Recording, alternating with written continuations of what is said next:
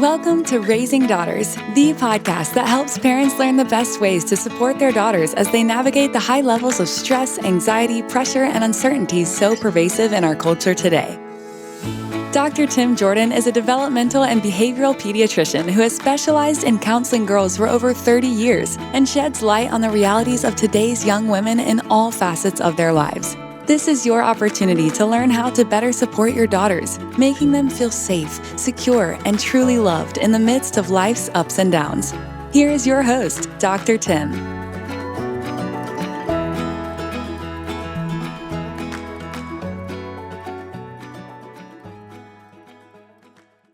Hello friends, Dr. Tim Jordan back here with a brand new episode of Raising Daughters. And for those of you who stop by every week, we talk about issues that relate to girls, mostly grade school through sort of the college age. And I hope to raise your awareness about what's going on for girls, what they're thinking about, what's in their hearts, and also give you some tools to help support them maybe in more effective ways. And today I'm going to talk about a topic that always comes up in every talk that I give all over the world. No matter where I'm at, people are always asking about phones and social media. But I'm going to talk about a little piece of that pie today, not the whole pie. I wanted to do this for two reasons. One of them was I saw a girl recently in my counseling practice. She was in seventh grade, and her parents were worried because she was kind of falling apart. Her grades are going down. She wasn't turning in her schoolwork. She was behind on her work. She was having meltdowns at home. She's always been kind of a dramatic, intense kid, but it had worsened lately. And to the point that, and they allowed her starting last fall, about 3-4 months ago, to get on Snapchat. And also she had a little bit of time on Instagram. That was one of the only things that had changed. And to the point where they made some agreements with her. She kept breaking them. They would take it away for a day. She'd get it back. She'd break agreements. They'd take it away. She would have a meltdown. She would threaten to hurt herself. She threatened to jump out of her window. And these parents didn't know what to do. And so they brought her in, and they expressed so many fears about how she would be able to manage her life in seventh grade if she did not have Snapchat and social media. And that's a common concern, I think, that a lot of kids have, or teens, and also that parents have. And so I decided to bring in an expert or someone who's really been thinking about this and researching this. So I asked a woman who I found her in an article. There's a site called Substack and After Babel. And Jonathan Haidt, which a lot of you may know the name because he came out with that book, The Anxious Generation, this past year, which I read maybe a year ago. I don't remember, but it's gotten a lot of press, thank goodness. And he's one of the people behind the movement to have phone-free schools and to go back to more of a play-based childhood. So I invited a woman, Gabriela Wean, who is a grad student at Harvard Graduate School of Education. And she's done a couple of things that are awesome. One of them is she created a site called Abstinent, like APP, like your apps, which is a way for her to give people some tools. If you want to wean off, if you want to lessen, here's how you can do it. And it's not just a 1, 2, 3 thing. There's a lot of really good, interesting things that went into this. So that's why I invited Gabriela Nguyen to the show. So thank you so much for joining us today. Hi, Tim. I want to thank you, first of all, and to your audience for being a channel for us to spread the abstinence message to everybody. And just generally, thank you for the invitation. Yeah. You went through a period, it sounds like, where you were pretty inundated with social media, and then you decided to wean off. I'm curious about what triggered that, number one, and what were the benefits to you when you did it? Sure.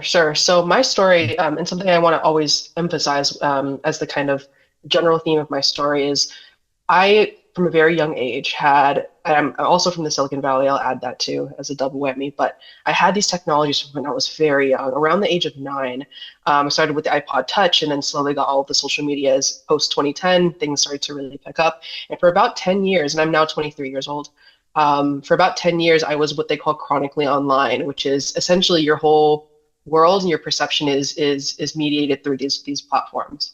And whatever happens online feels very real to you. And the point for me, that was my quote unquote breaking point, was incredibly, it was not this grand moment that was going to make the news. It was not something that was a big blowout fight or anything like that. For me, it was really, I grew up in a more academically intense environment, and I had these kind of commitments where I wanted to obviously do well in school and to learn, but I was very committed to my online life. That was, but because of the amount of time I was spending, I was finding that it came to a head. I came to a crossroads one night, very late at night. I was in very early on in high school, I was, I think 14, and I was just having such a hard time this particular night to not look at my phone while I'm trying to do an assignment. And this is very, quote unquote, this isn't a huge kind of glamorous moment where I was like, there was a huge epiphany. I just had this intense moment of, my phone feels like it's my best friend, but I also hate it, and it feels like it's betraying me and it's sabotaging me. And I'm trying to do well in life. I'm trying to focus on school and really make my parents proud and do all these things.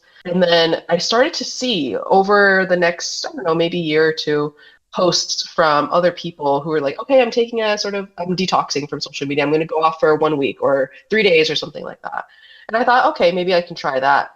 And then for a good maybe 3 or 4 years, I could be getting that number wrong thinking back now, I really, really tried the moderate use philosophy, which was I was going to maximize the benefits of social media. I was going to minimize the harms. I was going to set the right screen time blocks. I was going to set the right boundaries, and I was just going to perfectly optimize the system so that my attention is only ever mine, even though while I'm still giving it away to these companies.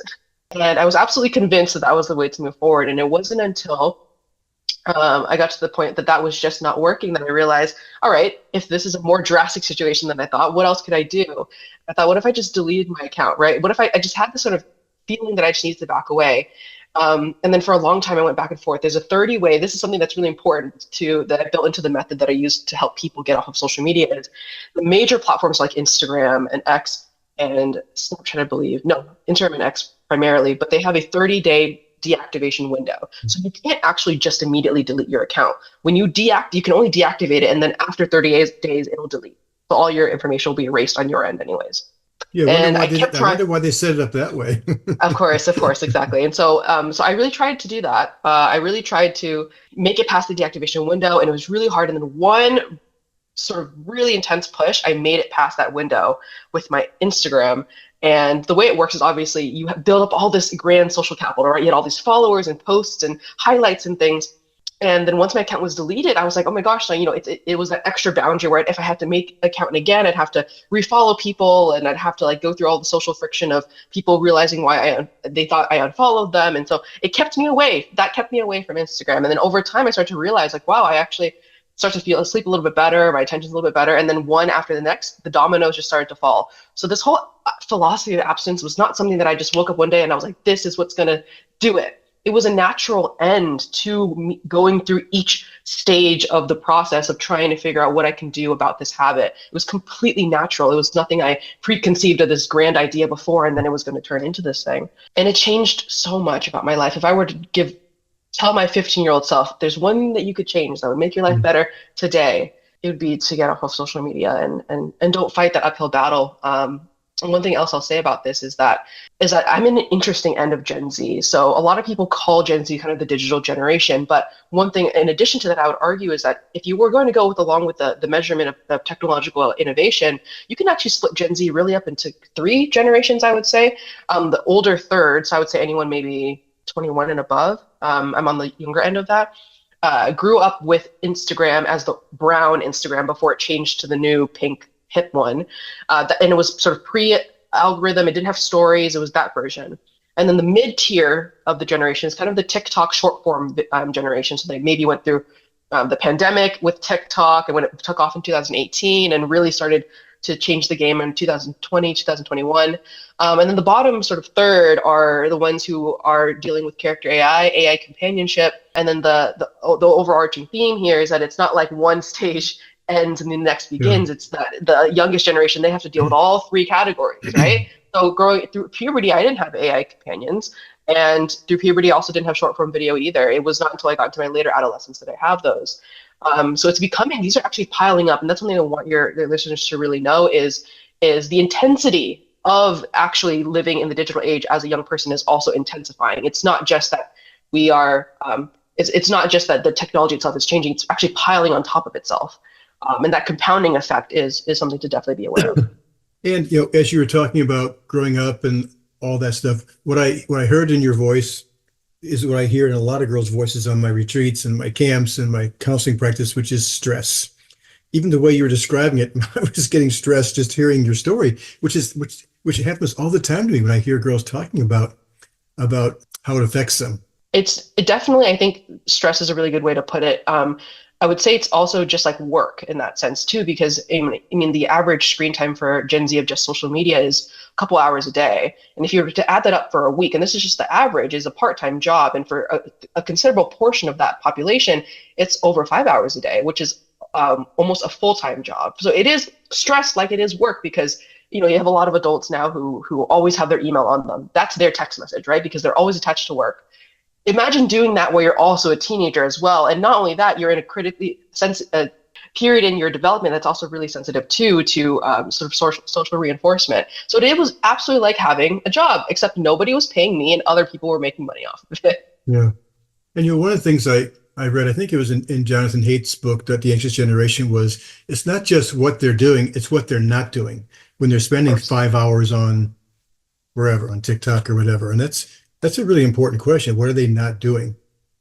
Of course. And one of the ones I always think about is when I look back at, I think, of course, no regrets, right? But if you were to advise the next generation, which I hope that we are, is even just thinking about the time you spent with your parents. I mean, it was very rare that anyone ever had Snapchat, Instagram, and Twitter and had their parents also follow them on there. So if you think about it, you're not even interacting with your parents on there, right? So anytime you're interacting with people online, you're not talking to your parents. And oftentimes people didn't have their siblings on their social profiles as well. So really, you were kind of turning away from your immediate family members, which to me, in my own life, are the absolute bedrock of everything that I'm able to do. And so to be able to look back and say that I gave so much of that time away to people that I wouldn't even know if they're alive today, Yeah. is kind of is a trade-off that I really want to advise other people. Like, sit down and take an honest accounting of the time that you spend online and who are you talking to when you're there.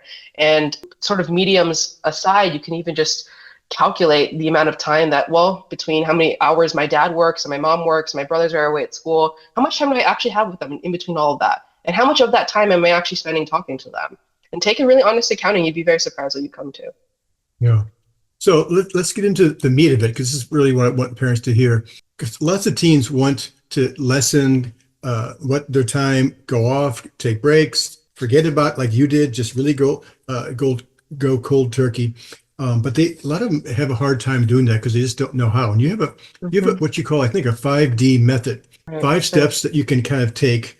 And this is not just teenagers, by the way. This is also adults. This is anybody, to help people kind of learn how to lessen, wean off, or whatever. So let's talk about that. The first step is about preparing. Right, sure. So I'll kind of give a general outline of the 5D method, which, and a little bit of the background of how I've come to that. So I wanted people to also understand that we didn't have to wait for this sort of movement against the misuse of technology and social media to get big enough to make a change, or policymakers or government officials to make a change, or Congress to do something, or even parents to sort of make that change for their children. I wanted Gen Z to know that you today for free can make this change. So what the 5D method is a combination of my personal experience, developmental research, addiction research, and also retirement lifestyle planning, actually, that I pulled into the 5Ds of getting off of social media and downgrading your phone from a smartphone. And the 5Ds are, the first is to decrease your use. The second is to deactivate your accounts. The third is to have those accounts be deleted, which is kind of a passive step. The fourth is optional, quote unquote optional, but highly, highly, highly recommended, which is to downgrade your phone. And actually, honestly, I wouldn't even say it's optional. I really do recommend it. Do it. The last is to depart, is that moment you kind of feel like there's a distance between you and the digital world, and you fully reoriented back to a real one. And so before all this, though, it's really important to prepare for this process, because something that I want to make very clear for anyone who isn't Gen Z is how big of a change it is to not use social media. That is a really big change, but it's absolutely doable and worth the trade-off. So in the preparation stage, there's a couple things that I recommend. The first is to make a very honest list of the people in your life who are worth keeping in touch with: your parents, your siblings, your close friends. And I'm not talking about the people that might be kind of nice to have in your network at some point. I'm talking about the people who, if you didn't hear from them in a week, in 10 days, you would probably be concerned, hey, what's going on? So those people. Another is a realistic list of analog activities that you can do. And I mean realistic is a key word here. Maybe you love rock climbing, but saying that I'm going to suddenly start rock climbing twice a week just isn't realistic for most people. So think about taking a walk, just to walk around the block. I'm not talking about a long trek, just to spin around the block. Maybe a book, maybe pick up a pen and paper if you like drawing or doing any kind of art. Maybe getting into dancing again, any kind of old hobbies that might have fallen to the wayside. And the other two things are, what is your ultimate reason for leaving social media? And your specific reason, not the reason that you hear in magazines, not the reason that even the researchers tell you, for you in your own life, because social media is so personal. What's the thing that you really think is the reason that you should stop? And then the last one is, what are your fears? If you were to leave social media or even try to engage in the process of leaving social media, what do you think would happen? What do you think would happen? And if that thing happens, what is the worst case scenario of that situation? Actually write them out and keep all these little questions and preparation steps on a piece of paper. And then once you've kind of done that, you can kind of get into the practical, all right, we're going to start making some of the changes. So the first D is decrease. And this is the key about decreasing it. Can I stop you just one? I want to ask a question before you get into that, about the preparing.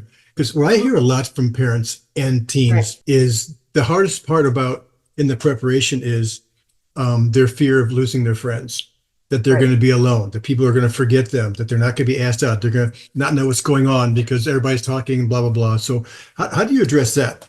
So for every single way that I've removed social media to communicate with people, I replaced it with another way to communicate with them. So it wasn't as if I was like, all right, I'm off social media and I'm going to entirely fall off the map with my relationships. And if they want to get in contact with me, they'll just find a way. No, you have to actually be very proactive in that case to find a way to keep in touch with people. But there's a way to do it without having a very complicated mediator, which is like Instagram, Snapchat, X, what have you. So what abstinence actually calls for is abstaining from social media, but replacing it with phone calls, video calls, and text messages. And as I find most people conclude, that ends up actually being super sufficient to keeping in touch with people. It also is a very good kind of compromise between having no way to be contacted, which is very difficult, to have no way that my grandfather, could call me. But at the same time, also not having all these sort of different ways of the other people expressing themselves for me to engage with them. If I want to talk to somebody, I will hop on a phone call with them, a FaceTime call, maybe a Zoom call, or send a text message if perhaps it needs to be a little bit faster. But I really want to emphasize that worked for a long time before I had social media. It was like, all right, give me a phone call.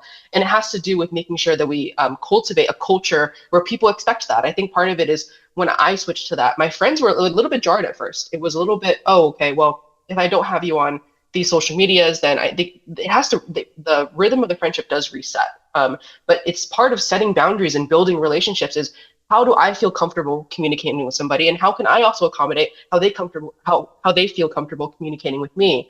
And actually having those conversations explicitly is really important to building the intimacy of the friendship and asking, okay, well, if you feel like you don't see me on social media, is one call a week sort of enough for you to feel that we're in touch enough? And maybe they say yes, maybe they say no, and calibrating that for each person and each of the relationships that you find to be important.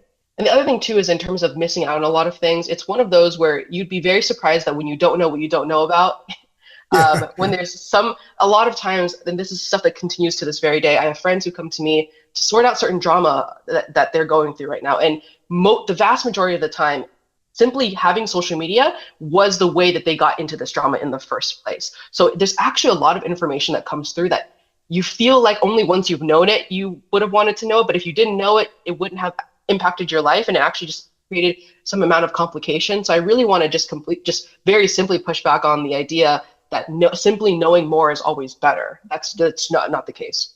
When girls come to my weekend retreats and summer camps, at the check-in table, one of the questions we ask is, where's your phone? And so it's a very tense moment for some of the girls because they're so attached, and they're spending 5-7+ hours a day on it. And so they'll have all these excuses like, well, I need it as an alarm clock, or they have I need some music before I go to bed. So we say we have ways we can do that without your phone. Yeah. But at the end of the week, a week without any of that sort of thing, I always ask the girls, did you miss your phone? And the answer 100% of the time is, I didn't miss it at all, because they replace it with, talking to people, connecting. We're walking and we're talking. After dinner, we sit around at the picnic tables and we actually talk, and no one whips out a phone, so that there's now 8 phones out. And so that Exactly. connection was the replacement that most of them said that's what made it like that wasn't that big a deal because they were really getting their needs met. That's something that's so, so key to the 5D method is for everything that you take away, there's a replacement for it. And making sure that that replacement fits your style of communication, the needs that you need for your lifestyle is the part where it becomes very, very personalized. But I've found the same to be true. So I interrupted you before. So let's go. The first step was decrease. So tell us about that first. Sure. So in the decrease stage, this is the part where there's a bit more sort of technical changes that you can make. So decrease are all the different ways that you've probably read to decrease your engagement with social media. So you're not deleting it. This is just sort of to give you that, dip your toes in the water. So there's a lot of things at this stage. It involves a couple or certain changes to your actual phone and your laptop, for example, things like removing the apps off of your phone. It's not that you won't have access to these apps. You just won't carry it with you in every second of the day. Turning off all non-essential notifications, charging your phone outside of the bedroom. All of these things are widely recommended for a reason. They do work. And then in terms of sort of your laptop, it's setting certain blockers if you feel like you need them. But also, I don't believe in really over relying on blockers. I think sometimes people think if they just had their computer with the right screen time blocks, the right parental controls, that it would kind of change behavior. I think that's a whack-a-mole situation. They're more of like a gentle guide, but I think physically removing yourself from the technology does more than the screen time blockers tend to do. And in what's also key, so that's sort of the first part is the technical changes of the decrease stage. But the second part of the decrease stage is actually increasing your engagement in the real world, so that you're sort of reverse displacing, right? So if engaging in social media displaces time in the real world time will displace time on social media. So that's engaging in that. So take out that list from the preparation stage of the realistic analog activities that you said that you would do, and making time that you've written out in a schedule. I'm going to do 30 minutes a day of learning this language. I'm going to do a 20-minute walk every evening after dinner, and stick to that. You'll be very surprised how much additional time in your life that engaging these little hobbies, even if you don't think it's anything grand, and it doesn't have to be, will take up your time. And one note I want to put in the decrease stage that I think is important, because I see a lot in articles and things like that, quit social media, it's the ultimate productivity hack. I want to really decentralize productivity as a reason to get off of social media. It is a happy byproduct, but if you so centralize productivity as a reason to get off, I think you kind of get into that territory of over optimizing your life, which can lead you back to technology a lot of times. So kind of putting that to the wayside and really just start to allow yourself to take more time to do the things you're already doing. So people always will ask me what hobbies and things did you start doing again? And really, honestly, the main one was just reading. I didn't start suddenly decided I wanted to learn how to unicycle. I didn't want to do all these other, learn how to juggle and things like that. It was nothing grand. It was just, was able to do laundry and only be doing laundry. I didn't have to listen to a lecture at the same time I was doing laundry, because I just had more time to just do things one at a time. Okay, if I'm walking to class, I have a little time to kill. I can stop and talk to somebody. I wasn't rushing because I left my homework to the last minute, that kind of stuff. So that's a decrease stage generally. We're talking to Gabriela Nguyen, who was a grad student at Harvard Graduate School of Education. She was the founder of an, I guess you'd call it an organization called Abstinence. And it's offering help to people who want to sort of decrease or get off of social media. And she has a nice 5D method to help all of us and our teenagers to do that. I have a dear friend who, when she was in college, she got engaged. And to the point where they had a date, they sent out invitations, blah, blah, blah. And then like a month or two before the wedding, she got cold feet and she started thinking, this isn't right. This doesn't feel right. I don't want to do this. And so she called it off, even after all that preparation and everything. And I asked her, I said, how did you get to that? I mean, you were really able to access your intuition and to know what's right for you and all that. And she said, and she's around my age, she said, I used to walk around campus at night, and that was my time to think. And so she said, that was the time I really got a chance to sort of go inside and know what was right for me. I think that's one of the things you're talking about when you decrease, is that when you stop multitasking, you have time where you're just doing the laundry or just taking a walk without all that other noise. It is a time to sort of gather yourself and or be with yourself. Yeah, 100%. Actually, that reminds me, there's a space on the internet that has become very popular for both men and women, which is sort of the self-development side of the internet. It's a huge industry.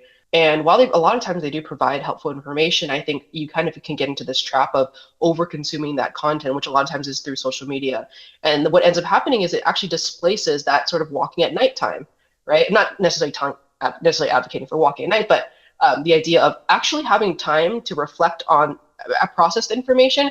I think the ultimate trap is over consuming self-development content about how to get offline. There's a lot of social media content about how to get offline that you'll find in like forms of TikToks and Instagram Reels and things like that. You can actually spend several hours a day consuming just that content, and then obviously by consuming that content you never actually got offline. So it's this weird trap to get into with self-development these days, but I see it all the time.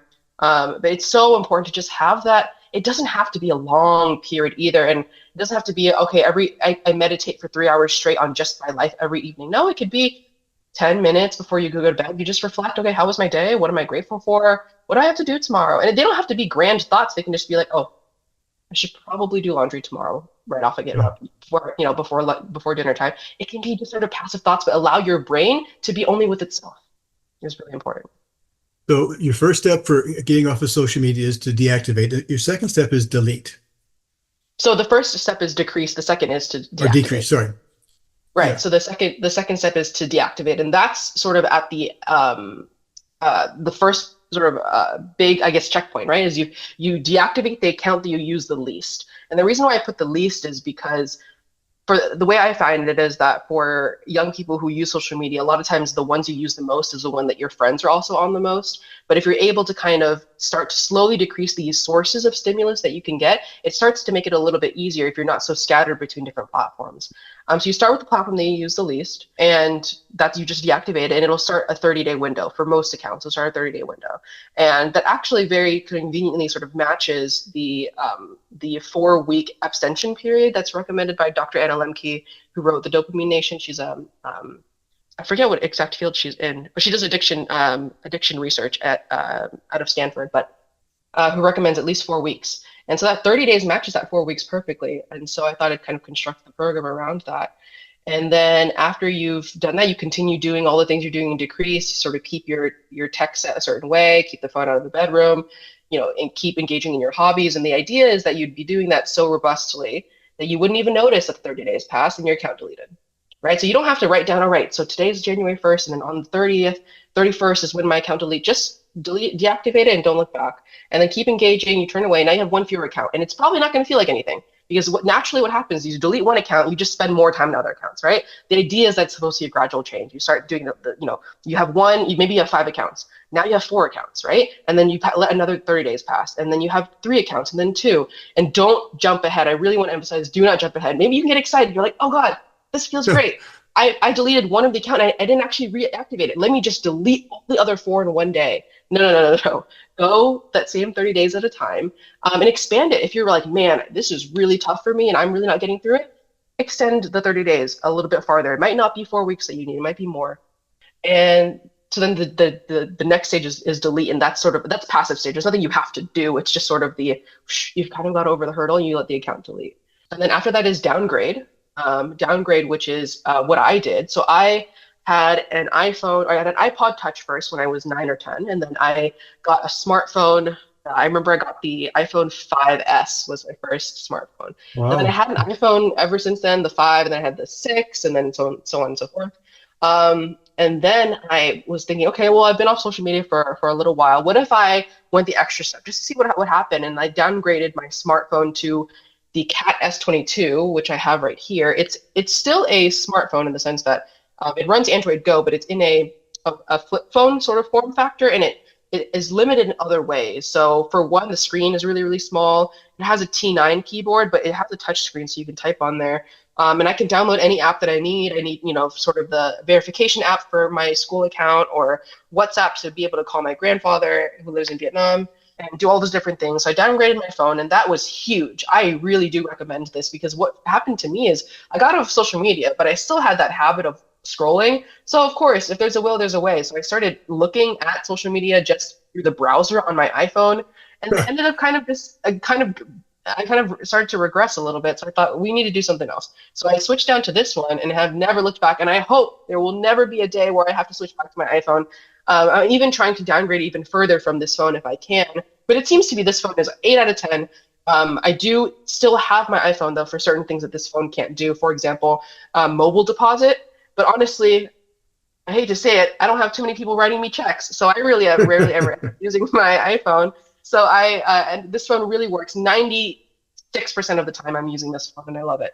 And the last one is depart. Again, sort of a passive step, but it's that moment you start to kind of realize, man, I see this differently. You go to the doctor's office and you're like, man, everyone in this waiting room is sitting on their phone. Or you're at the gate waiting for your flight and you're like, man, everyone around me is sitting on their phones. Or you notice that your friends, so much of what they're talking about starts to be around social media, but you start to realize that, man, if they didn't have social media, it actually would probably make their life a bit simpler. And you start to have this like distance between you and the digital world, and it'll feel good because and that's a good sign that you've reoriented yourself back to the real world, and you're not kind of caught in that matrix where you, like I did for 10 years, was convinced that the digital world was real in the same way the real world is real. We're talking to Gabriela Nguyen, who is a graduate student at Harvard Graduate School of Education, and she created a site called Abstinence, and she has a really nice, as you're hearing, a 5D method to help you get off of social media, you and or your kids.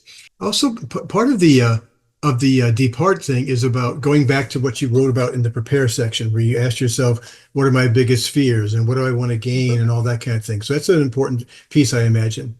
Yes, of course. In the depart stages, it is essentially essential to go back and to your original reflections and ask yourself, okay, so I wrote down these reasons for leaving social media. Did I gain the benefit of these things that I thought was going to benefit me? So if, say, someone says, I really want an additional 2 hours in my day to be able to, I don't know, commit to language learning, right? Did you actually have an extra 2 hours in your day? Did you commit it to language learning? And maybe the answer is yes, maybe the answer is no. But more times than not, you'll find that you at least started to have more time, and maybe you didn't get all the way to committing it to language learning, but you were moving in that right direction. And also then the second part is to reflect on what were the fears that you wrote down, right? The fears that people were going to think that I was ignorant because I didn't know about this event that happened because I didn't see it on my Instagram feed since I had deactivated my account. Did anyone come up to you and say, like, I cannot believe you didn't know that happened? You're ignorant. How are you so out of the loop? Do you live under a rock? Write down. Did anyone actually come and say that they really genuinely thought less of you because you were so out of the loop? So really take an honest accounting is really important. It's important to keep the integrity of this process. And it's not going to be a painless process. It doesn't have to be painful, but it's not going to be painless. It will be uncomfortable at times. But I think the theme here is also that there's a certain amount of friction that real life will just incur because it's real life. That is the whole selling point of the digital world, and to a large extent is that it's so frictionless. But what do you lose out when you don't have that friction and then regaining it in the real life? And you'll realize that there's a really good ROI, really good return on investment with that. Yeah, and you said at the beginning, I think when you're going through this process, it's important to reach out to people and to be proactive and to build your relationships. And that's one of the things I'm finding in young women who are in college who I counsel is that they talk about how socially awkward everybody feels. COVID was a piece of it, but I just think the whole phone-based childhood has sort of made it harder for young people to be proactive with their relationships because they feel so awkward. And I wonder if they'll have to push through that as well. I think for one, yes, you have to push through it, but I think what is necessary for Gen Z is a rewriting of our social norms. Because what I notice is that, when you spend a lot of time online, what is considered acceptable social behavior, and this is something that you don't have to be Gen Z to know this, is different online than it is in the real world. So if you've spent so many of your developmental years where you learn to put up with these social situations, mediated through the laws of online life, which are largely not, a lot of times not transferable to real life, when you actually then do get into real life, you're realizing like, oh, my whole automation isn't the same as everyone else's around here who wasn't perhaps raised chronically online. Or if they were, you're all kind of equally feeling like the medium, because if you remove the medium, right, the message changes. And if I'm suddenly, say I'm hanging out with a bunch of other people who are also recovered online, online people, the way we would interact if I hadn't sort of explored real sort of pre-internet forms of socializing it's this weird friction where you kind of keep up with some norms from the internet, but do realize that you are in real life. So there's certain real life social norms that you have to deal with. But so you end up kind of being in this weird mix where there's no set rules, right? Because it's almost like that you have online rules and then you have in-person rules, and then Gen Z has kind of created this half online, half in-person, but there's no institution, there's no book that kind of gives us what those rules are. So a lot of times things can feel kind of awkward, and I'm trying to change some of those rules. So for example, one of the ones that I'm really trying to push for is when two young people meet each other and maybe they're like new friends or whatever and they hit it off, that the default thing to ask at the end to keep in contact is not what is your Instagram, it's what is your phone number. Just that one thing. That's an example of those kind of interesting social rules. Before the internet, right? It was what's your phone number? There was no other alternative, right? But then now it's always, oh, well, what's your Snapchat, right? And I think with the slightly older part of Gen Z, it's what's your Instagram. But with the younger part of Gen Z, it's still what's your Snapchat. And just changing those little things that seem very minor but are not, because whether or not somebody, and actually to full disclosure, I remember this when I was in my late teens, but we would talk about, just me with my girlfriends, we would talk about how we felt differently about a guy if he asked us for our Snapchat or our phone number. Oh. And it's this kind of communication, that indirect communication, but there's no written rules for this. It's just that if you ask Gen Z, right? If you ask me, the guy asked for your Snapchat or versus your phone number, how would you feel differently about his intention for you, for example, right? And that's just something that everyone just somehow kind of knew, but no one explicitly said, oh, if he asked for your Snapchat or Instagram, that means something different than if he asked for your phone number or he wouldn't ask for your email, but for the sake of the comparison, for your email, right? It means something different. And I'm trying to really reset these rules and to really kind of go back before we had all this like sort of craziness with social media. When we have gatherings sometimes with our camp counselors, some of whom are in high school or college, and we have a whole range of ages, but when they come to our house, besides taking off their shoes at the front door, we have a rug out.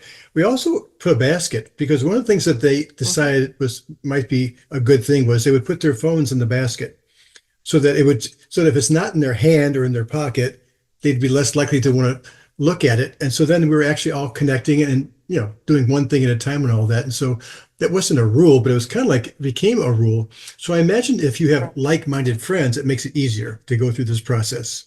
Of course, I always recommend that if you're going to get off of social media, that you do it with other people. That's always better to do this in community. But I also want to make it clear that if you don't have community, you can still absolutely do this on your own.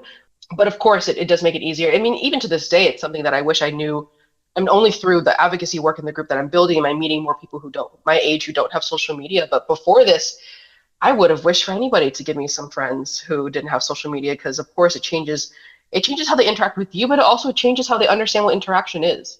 And again, kind of going to what I was saying before, what their sort of set of social rules are changes depending on how much time they're socializing online or in the real world. And it's always nice, of course, for the harmony of the group to have everyone following the same social rules. We've been talking with Gabriela Wean, who's a grad student at Harvard Education's program, and she created an organization called Abstinent, APP, Stinent.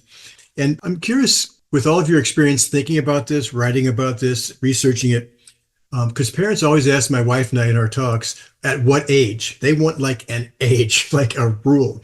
And Jonathan Haidt in his books, and other people as well, have given out information like they think you should wait till blank. I'm just curious about, with all your experience, what would you say to a parent who has a daughter? Like when would they be ready for a phone and or social media?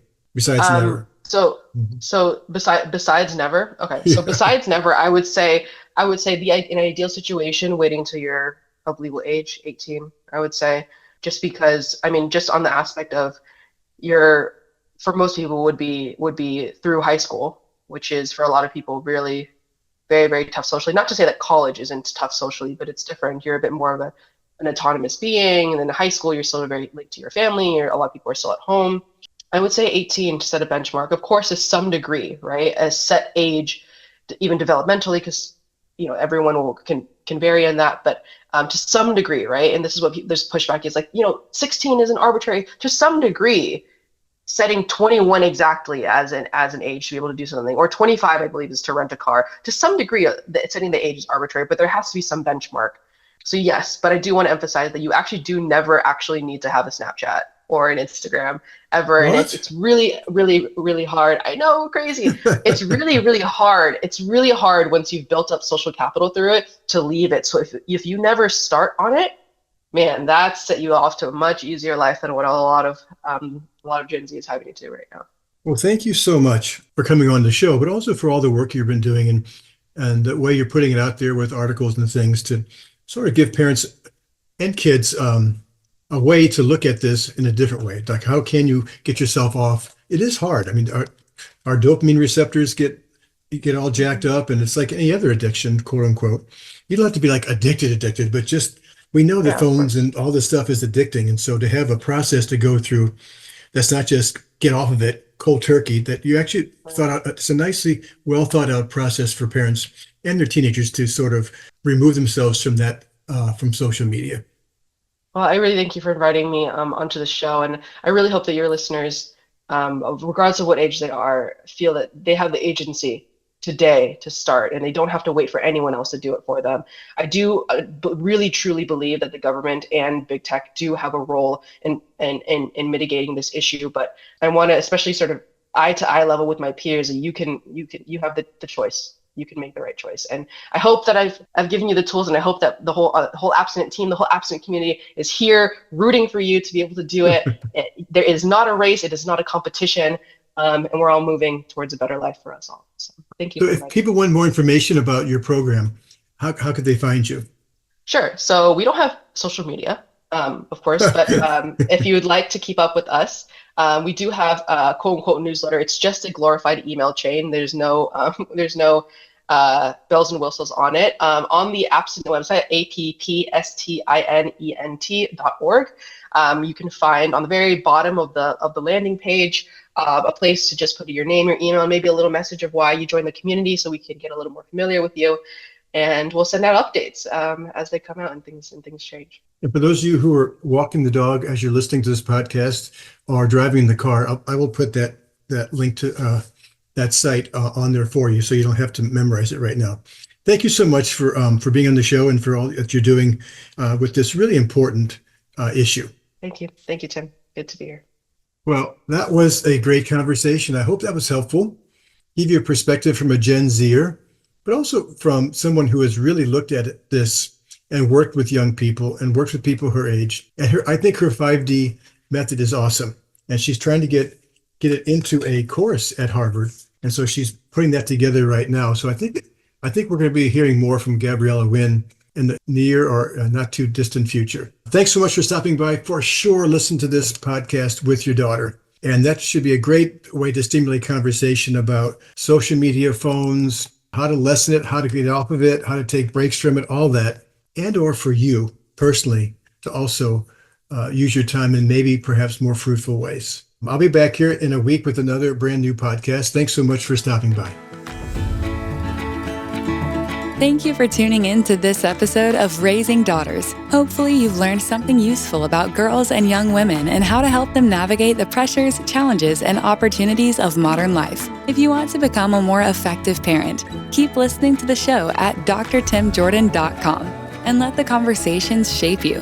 Build that one-of-a-kind connection with your daughters in the most profound and meaningful ways possible, shaping them into strong, confident women of the future. That's all for now. See you next week for another episode of Raising Daughters.